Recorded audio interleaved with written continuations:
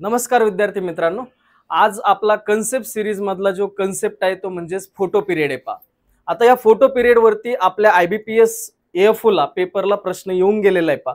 नेमकी हा प्रश्न कशा प्रकारे होता थोडासा डिटेल मध्ये आपल्याला हा फोटो पिरियड जे कन्सेप्ट असेल तो आपल्याला समजून घ्यायचा आहे. आता नेमकी फोटो पिरियड काय असते याच्यात दोन शब्द आहेत फोटो आणि त्याच्यानंतर पिरियड. फोटो म्हटल्यानंतर लाईट आणि त्याच्यानंतर पिरियड म्हटल्यानंतर जो काय काळ असेल तो म्हणजे जो काय तुमचा काळ असेल लाईटचा याच्यावरती डिपेंड असणारे तुमचा फोटो पिरियड हा कन्सेप्ट आता याच्यामध्ये होतं काय नेमकी या फोटो पिरियड जो असेल हा नेमकी कशासाठी याचा यूज होतो. तर हा जो फोटो पिरियड जो कन्सेप्ट आहे हा फोटो पिरियड कन्सेप्ट फ्लावरिंगच्या रिलेटेड आहे हे लक्षात ठेवा. फ्लावरिंगच्या रिलेटेड मग फ्लावरिंग वरती काय इम्पॅक्ट करतो फोटो पिरियड या सगळ्या गोष्टी आपण ह्या कन्सेप्टच्या पार्ट मध्ये पाहणार आहेत. थोडस बेसिक गोष्टी आपण पाहून घेऊया फोटो पिरियड बद्दल. तर हा जो कन्सेप्ट असेल हा फ्लावरिंगच्या रिलेटेड आहे. दुसरी महत्वाची गोष्ट जे काही तुमचं फ्लावरिंग असेल जे काही तुमची फ्लावरिंग स्टेज असेल या फ्लावरिंग स्टेजला सगळ्यात महत्वाची गरज असते ती म्हणजे लाईटची असते. मग हा जो लाईट असेल या लाईटचा किती पिरियडची गरज आहे याच्यावरती हा फोटो पिरियड कन्सेप्ट आहे. याच्यावरती हा फोटो पिरियड कन्सेप्ट आहे. म्हणजे जर समजा लाईटची जर गरज जर समजा तुमच्या फ्लावरला खूप जास्त असेल तर ते लॉंग डे मध्ये जाईल, कमी असेल तर ते शॉर्ट डे मध्ये जातं आणि जर समजा त्याच्यावरती काहीच इम्पॅक्ट होत नसेल तर डे न्यूट्रल मध्ये जात असेल. पण हा जो फोटो पिरियड जो कन्सेप्ट आहे हा लाईटचा इम्पॅक्ट फ्लावरिंग वरती होतो. हा कन्सेप्ट म्हणजेच हा फेनॉमेनॉन जे आहे ह्या फेनॉमेनॉनला म्हटलं जातं फोटो पिरियडिझम. काय म्हटलं जातं फोटो पिरियडिझम. हा फोटो पिरियडिझम हा जो फेनॉमेनॉन आहे हा डिस्कवर करण्याचं काम हा गार्नेर आणि अलार्ड या सायंटिस्टनी दिला होता. त्यांनी मग फोटो पिरियड म्हणजे लाईटच्या पिरियड वरती तीन याच्यामध्ये क्लासिफिकेशन केलेलं आहे. ते म्हणजे लॉंग डे प्लांट, त्याच्यानंतर शॉर्ट डे प्लांट आणि त्याच्यानंतर डे न्यूट्रल प्लांट. आता जो प्रश्न होता तो ह्या पार्ट वरती होता की नेमकी लॉंग डे प्लांट म्हणजे नेमके काय असते, शॉर्ट डे प्लांट मध्ये काय असते आणि डे न्यूट्रल प्लांट काय असतात.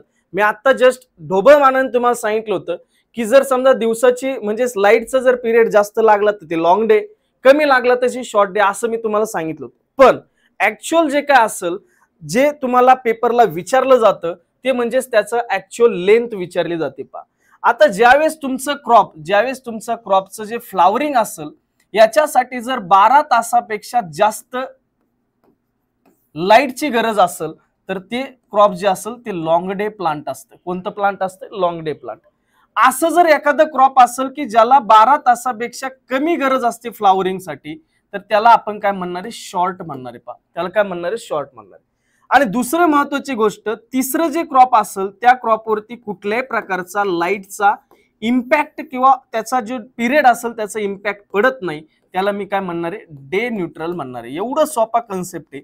पण क्वेश्चन जो असेल ते थोडासा फिरून पडला होता.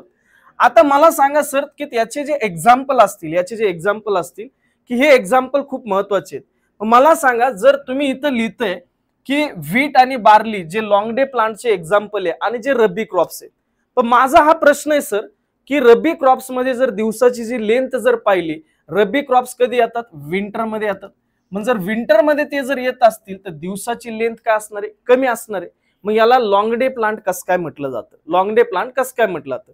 दुसरा एक प्रश्न असा की खरीप मध्ये म्हणजे जून जुलैचा जर पिरियड जर पाहिलं आपण म्हणजे आत्ताचा पिरियड याच्यामध्ये दिवसाची लेंथ जास्त असते. मग याला शॉर्ट डे का म्हटलं जातं हे मला कळत नाहीये. तर याच्यासाठी महत्वाचं ते म्हणजेच काय रे बाळा, तुझ्याकडे जर समजा गहू असेल, तुझ्याकडे समजा व्हीट असेल, तू जर शेतामध्ये व्हीट लावल्या सुईंग केल्यानंतर लगेच तुमच्या 1-2 महिन्यात लगेच काय झालं? फ्लावरिंग येते का रे?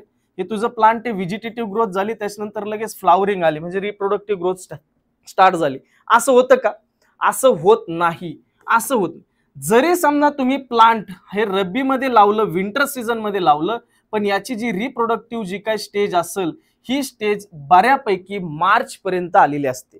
मार्च मध्ये तुमचं फ्लावरिंग वगैरे हे स्टार्ट होतं आणि जर समजा फ्लावरिंग त्या टायमिंगला जर स्टार्ट झालं असते त्याच टायमिंगला हळूहळू तुमचा दिवसाची जी लेंथ असेल ती वाढलेली असते, उन्हाळ्याला स्टार्टिंग झालेली असते. म्हणून तर याला काय म्हटलं जातं? लॉंग डे प्लांट म्हटलं जातं. आणि शॉर्ट डेचा जर विचार जर केला तर शॉर्ट डेचं पण तसंच आहे. आता सुरू आहे जून जुलै, तुमच्या शेतामध्ये जर समजा मी लावलंय सोयाबीन लावलं तुमच्या शेतामध्ये मी सोयाबीन लावलं. आता याचं जे काही फ्लावरिंग असेल लगेच 10-15 दिवसात फ्लावरिंग आलंय का? नाही. आता दिवसाची लेंथ कशी? आता दिवसाची लेंथ कशी? जास्त आहे पा, दिवसाची लेंथ जास्त आहे. आता जर दिवसाची लेंथ जर जास्त आहे तर मग हे आपण लॉंग डे म्हणायला पाहिजे होतं.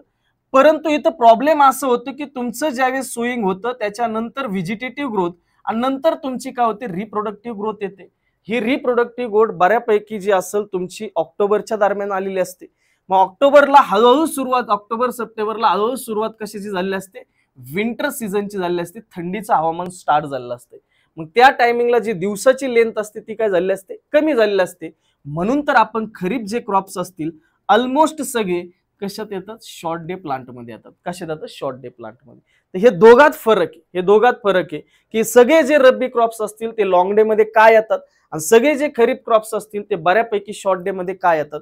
कारण का फ्लावरिंग जे असेल या फ्लावरिंग साठी लागणारा जो लाईटचा पिरियड असेल याच्यावरती डिपेंडेंट आहे हा फोटो पिरियड कन्सेप्ट पहा. आणि तिसरा जो पार्ट आहे तो म्हणजे डे न्यूट्रल. मी तुम्हाला प्रत्येक शिकवताना पण सांगितलेलं आहे की प्रश्न जे विचारले जातात मॅक्सिमम ते यांच्या एक्झाम्पल वरती विचारले जातात पहा. आणि एक्झाम ओरिएंटेडच राहा, एक्झाम ओरिएंटेड राहा की डे न्यूट्रल प्लांट तर आपल्याला कळलंय आता की याच्यामध्ये दिवसाची लेंथ कशी लागते? जास्त लागते फ्लावरिंग साठी. याच्यात दिवसाची लेंथ जी असते ती कमी लागते फ्लावरिंग साठी. याच्या फ्लावरिंग साठी असे हे प्लांट असतात याच्या फ्लावरिंग वरती दिवसाच्या लेंथचा काहीही इम्पॅक्ट पडत नाही. असे जे प्लांट असतात याला म्हटलं जातं डे न्यूट्रल प्लांट. पण याच्यामध्ये जर समजा तुम्ही असं म्हणले डे न्यूट्रल प्लांट आहे त्याला अंधारातच ठेवा तर चालणार नाही, चालणार नाही. हा, थोडंफार 12 तासापेक्षा पुढे लाईट गेली तरी चालतंय, 12 तासापेक्षा कमी लाईट झाली तरी चालते. असे जे प्लांट असतात ते डे न्यूट्रल प्लांट असतात. मग याच्यात जो प्रश्न विचारला जातो तो प्रश्न असतो डे न्यूट्रलचे जे एक्झाम्पल असेल, टोमॅटो असेल, त्याच्यानंतर मेज असेल, सनफ्लावर असेल, हे जे एक्झाम्पल असतील हे डे न्यूट्रल प्लांटचे एक्झाम्पल आहे ज्याच्या फ्लावरिंग वरती लाईटचा इम्पॅक्ट पडत नाही. मग या जे काही मागच्या वर्षी जे प्रश्न होता तो कसा होता पहा. आता आपल्याला प्रॉब्लेम काय होतो माहिती का? आपण जसं वाचतो तशा प्रकारचा क्वेश्चन्स पाहिजे. कारण का सर रट्टा मारायला लागतो आपल्याला, आपल्याला ते समजून नाही घ्यायचं ना, आपल्याला रट्टा मारायचं. रट्टा मारल्यानंतर असे गोंधळ होतात पहा. आता प्रश्न जे होतं लॉंग डे प्लांट साठी किती लाईटच्या पिरियडची लेंथ लागते किंवा डे ची लेंथ किती लागते. ऑप्शन देताना तुम्ही थोडंसं फिरून दिलते. काय सांगितलं होतं त्याच्यामध्ये? सांगितलं होतं की लेस दॅन 10 आवर पेक्षा त्याच्या फ्लावरिंग साठी काय लागतो? काळ लागतो. लॉंग डेचं विचारलं होतं तुम्हाला प्रश्न. त्याच्यानंतर तुम्हाला विचारलं होतं लेस दॅन 12 आवर्स. त्याच्यानंतर विचारलं होतं तुमचा पुढचा जे काय असेल ते म्हणजेच तुमचा 14 ते 18.